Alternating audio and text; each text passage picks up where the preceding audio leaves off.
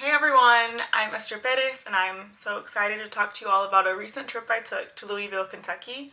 It was a really wonderful trip. So I'll give you some backstory. I planned this trip out, I want to say 2 to 3 months in advance. I would say 3 months in advance. And it was a trip for my lovely fiance. He had a birthday coming up in August. I knew that I needed to plan something really special for him. My love language is definitely like experiences and time well spent. And I have this really awful thing about me where I try to love someone in the love language I love.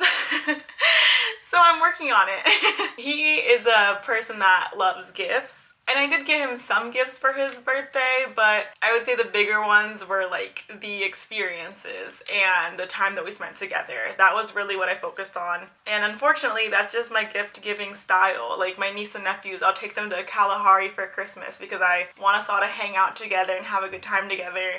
In the past, I've taken Dion to New York as his Christmas present, and I guess it's just really great to be someone I love because you get all these cool experiences. I think my parents, this comes from them because my parents really instilled in me that like time well spent with your loved ones is everything versus like getting gifts that are very costly and just really materialistic things not having the same impact versus like the experiences that you remember years from now. So growing up for Christmas, I remember we didn't get a whole bunch of gifts. Like it wasn't one of those Christmases that you see, I think, on social media where there's like a bunch of gifts under the tree, like 20 to 30 gifts that the kids have to unwrap and they're playing with toys all over the house. That's great if that's your thing.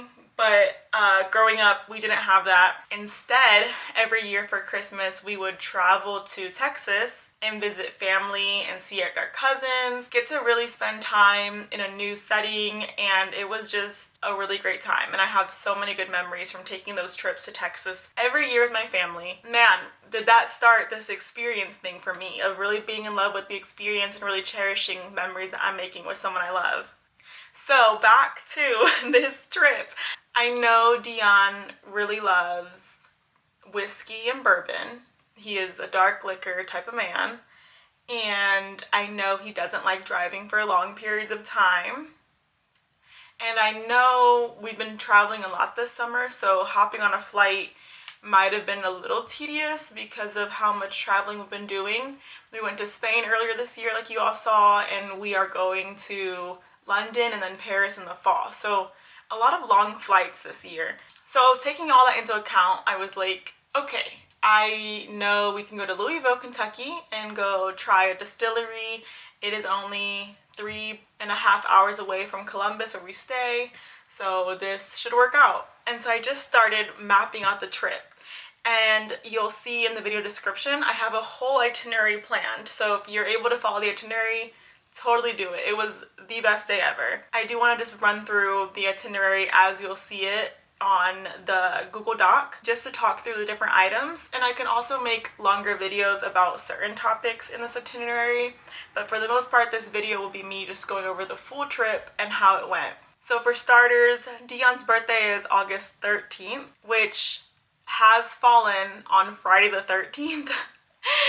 And I just think that's so funny because it's like the evil time, evil day. No one wants anything to do with Friday the 13th. Yet that's like when his birthday usually falls on. But this year his birthday fell on a Sunday. So that Saturday the 12th was the day that we did everything so that we can come back on Sunday. So on August 12th, which was a Saturday, we drove 3.5 hours away with 2 friends of his to Louisville, Kentucky, and we stayed at the Hampton Inn, which was downtown Louisville. It was in a really great location. I'm very happy with the location. The Lyft rides were not far. Walking distance to so many different restaurants and bars, and it just seemed like it had a lot happening in that downtown area. So I do suggest if you do stay in Louisville, Kentucky, you should try to stay downtown. It was all of our first time there, so I think that makes a difference too.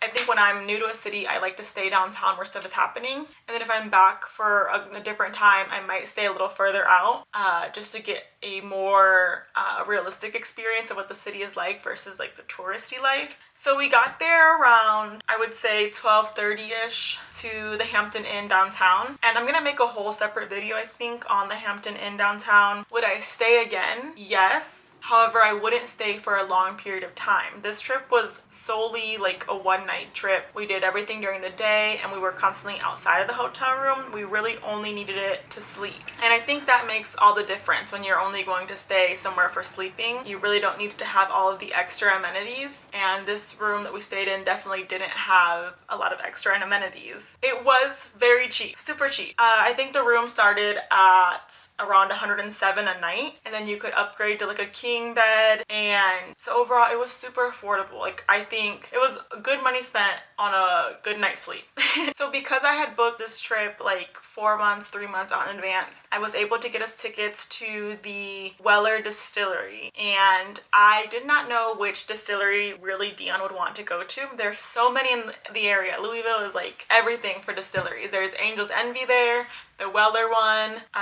There was also Buffalo Trace. There's so many around that area. I really not going to name them all off the top of my head because I'm not a bourbon or whiskey person, but if you are, like, I'm telling you, Louisville is a trip you have to make. So I got the Stitzer Weller Distillery tour, and it's the progressive tour that lasts about 1.5 hours. It was such a great trip. I had such a good time there. Like I said, I'm not much of a dark liquor drinker, but trying the stuff was really cool. Really getting the history of the distillery and of whiskey and bourbon in general was really fun.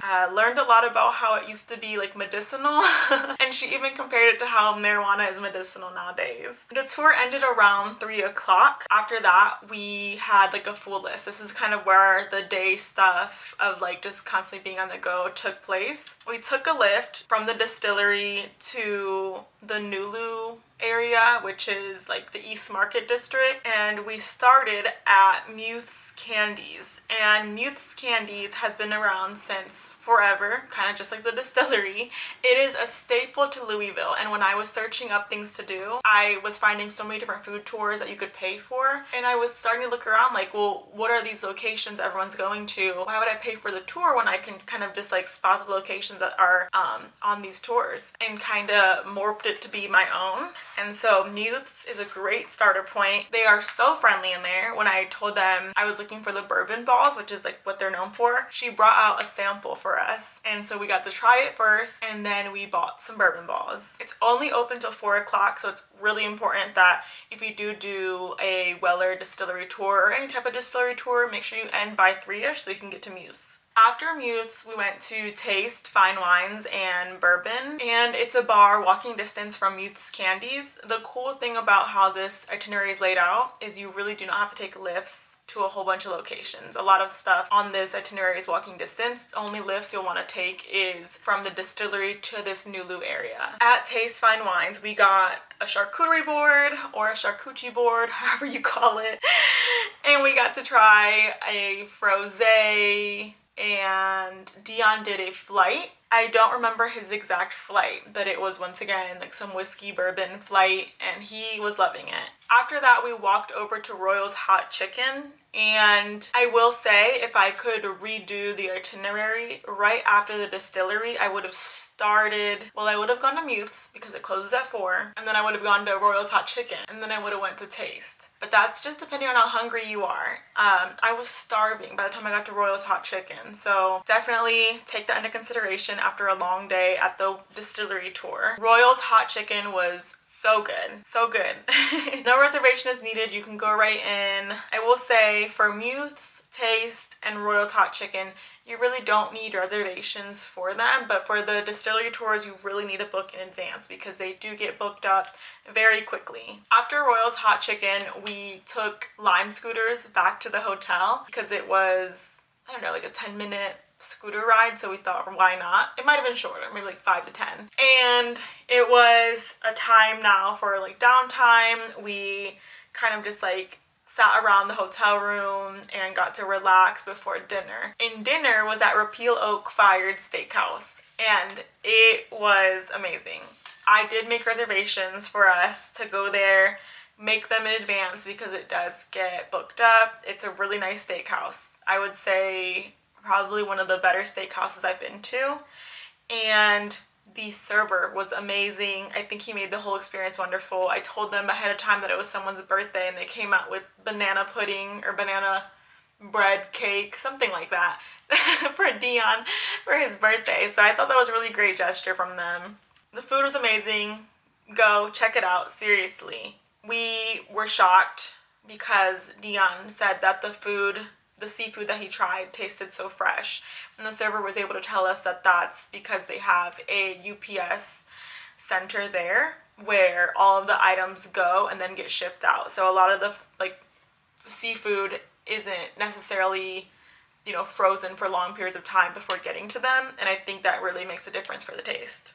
On this itinerary, you are going to see things to do, things to eat, and I just wanted to keep that on there because this was stuff that we could have done if we had more time. We only had one day because of it being a weekend trip, and so I wish we could have done more. And there is so much more to do there, but I definitely want to keep those items on this itinerary for you all in case you decide to stay longer and you're able to check out the other items. If you are, I'm so jealous. I definitely want to go back to Louisville. It was my first time there, like I said, and it was just such a blast. I could definitely go back. Some of the honorable items of things to do on the itinerary is the Louisville Slugger Museum, a speakeasy that you needed reservations for, which I didn't make, so I missed it, but you need to get into that speakeasy and tell me how it is. They have a sunset cruise where you can get food and listen to a DJ. Like I said, the Buffalo Trace Distillery is there, the Evan Williams Distillery, the Angel's Envy Distillery. The Evan Williams and the Angel's Envy Distillery were also walking distance from our hotel. So if you want to try multiple distilleries in a day, I definitely think staying at that Hampton Inn downtown is a great move. Louisville is such an area for foodies as well. So on the itinerary, you'll see places to eat, and I just have a whole bunch of articles linked there. I have different dive bars listed as well, and just different items to go to. The one that I am most sad that we didn't make it to is Hell or High Water Speakeasy. I am a big speakeasy fan. Anytime I go to a city, I want to find a speakeasy, and this is the one where they are rumored to have had made the old-fashioned cocktail. Do I believe anyone knows that the old-fashioned cocktail was created there? No, we'll never know. But the tale is that it was created there. I think that would have been a really neat experience for Dion, who is an old-fashioned lover. Overall, I would definitely go back to Louisville. I would go on another distillery tour. I would go on that same one. It was so much fun. I'm so happy I was able to get this trip together and invite Dion's friends to go, and I'm glad Dion really loved it. I think he had such a good time, and I think that's what it's all about. And we'll always remember this birthday of his. I do plan on making full videos on the distillery as well as the hotel we stayed in. If you want to see anything else as a full video, please let me know. And if you have a trip planned to Louisville, I strongly suggest using the itinerary. Like I said, the items in this itinerary are pretty much walking distance. You have this strip there in the Nulu area that's got, different bars, food places, Muth's Candies, you have Taste, you have Royal's Hot Chicken, and there's so many other areas on that street. So I definitely suggest following the itinerary, and yet you can kind of give it your own twist and check out the other bars in that area because it was a really popular zone that I'm happy we were able to check out. So that is how the Louisville, Kentucky trip went. Please let me know if you're able to go, and if you're able to use the itinerary, please tell me if it is the trip that you wanted to go on or if there's anything that you would have done differently. Thanks for watching.